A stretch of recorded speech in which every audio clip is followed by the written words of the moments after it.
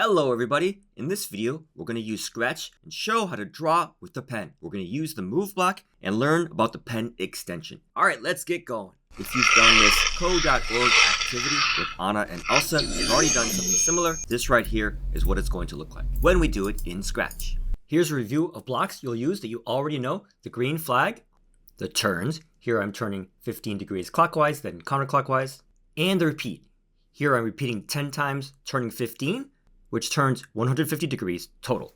And here are the new blocks. The first is move. Here I'm moving 10 steps. The move will be in the direction I'm facing. So if I move and then turn, I move, I turn, you see I move in different directions. And again, that's because I move in the direction I'm facing. Next new block is the when key pressed. So this is when space pressed, when A pressed, and anything under it happens when you press the key. So here I'm changing X by 10 every time I press the right arrow. Usually you use a block like this when you're trying to press the key once.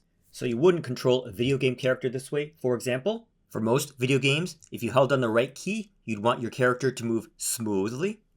But that's not how most keyboards work. Most keyboards, when you hold down a key, there's a delay, and then it repeats, but kind of slowly at first, and then it speeds up. And that's not smooth, and that's not what you want. So the when key pressed is a great block. Just be sure to use it in the right place when you're trying to check to see if you're pressing a key once. And lastly, we have the pen extension. Go to the bottom left, the extensions, click on that, go to the pen, click on that, and you'll see this new section, pen section, with all these wonderful blocks. And here's a look at how it works. I'm changing X by 10 right here. If I put the pen down first and change X, you see it draws this line. And if I bring the pen up now, it's no longer drawing. And if I want to erase the whole thing, I can use an erase all. There's a lot more blocks than that. You can change the pen color, the pen width, all these fun things, but that's a taste of how it works. All right, so I'm logged into my tester account. I'm going to paste in the link to my starter code. This link is in the description below. I'm going to click Remix. And I'm going to rename my file, _tester, I'll just call it. And then I'll save it. File, save now. And now I'm ready to start. Instruction 1, add a green flag. So remember, every single sprite should have exactly one green flag. The green flag is in events. I'm going to grab it here and pull it in. And now I'm done with step 1. Step 2, add the pen extension. So I can watch this video for 30 seconds, which shows how it's done, but I will show you it now. Click right here in this add extension right here, the bottom left. I'm going to click pen. And now you see this new section here. This is the pen section, which gives me all these new blocks. And that is what extensions do. They give you access to new blocks. Step 3, under the green flag, add these blocks in order. So I'm going to add a go to 0, 0, a point 90, and then I'm going to go to the pen blocks and add a pen down and an erase all. So in this lab, what we're looking to do is make some drawings with the pen. What this initialization will do is to put me at the center, point me to the right, put the pen down so I can start writing, and then erase everything so it starts over.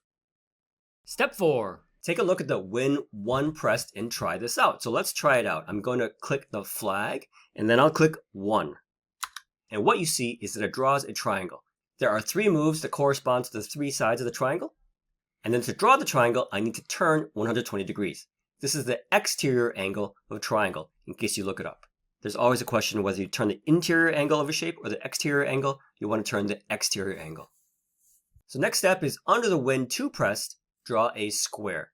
So that's already here for me. The when to is pressed is already here for me. So I just need to have it draw a square, which remember, I'll need moves and turns. Because the square has 4 sides, I'll need 4 moves. So I'll just make this square move 100. And then a turn. All of you probably from elementary school know that the square has a 90-degree angle, so that's what it will be. My turn will be 90 degrees, and I'll need this 4 times. So there's twice, there's 3, I'll move these around a little bit, and there's 4. So here again, there are 4 moves total with a 90-degree turn in between. So again, let's test it out. Let's try to hit the green flag to clear everything. Let's press the 2, and you see it.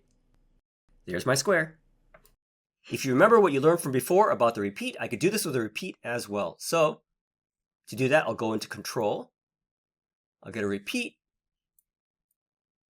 And what do I repeat? Well, I'm going to repeat the move and the turn to repeat 4. So if I put these scripts side by side, you can see hopefully that they do the same thing. They are equivalent scripts. Basically, I'm taking this move 100 and the turn 90 and repeating that 4 times. So the one on the left is the same as the one on the right. In general, if you can use the repeat, it's preferred. Why? Well, let's say I wanted to change my mind about something and I wanted to instead of moving 100, move 200. Using the repeat makes it very easy to change because I only need to make one change right there. But if I had this, I would need to change it here and here and here and here, and that's just more work, more maintenance. So again, if you're able to use the repeat, it's usually better. Step 6, add a Win 3 pressed event block. So it's in the events, and the Win, I'm pulling that in, and I want the 3. In general, when I'm pressing a key one time, I want to use one of these Win key pressed blocks. Step 7, under the Win 3 event block, draw a pentagon.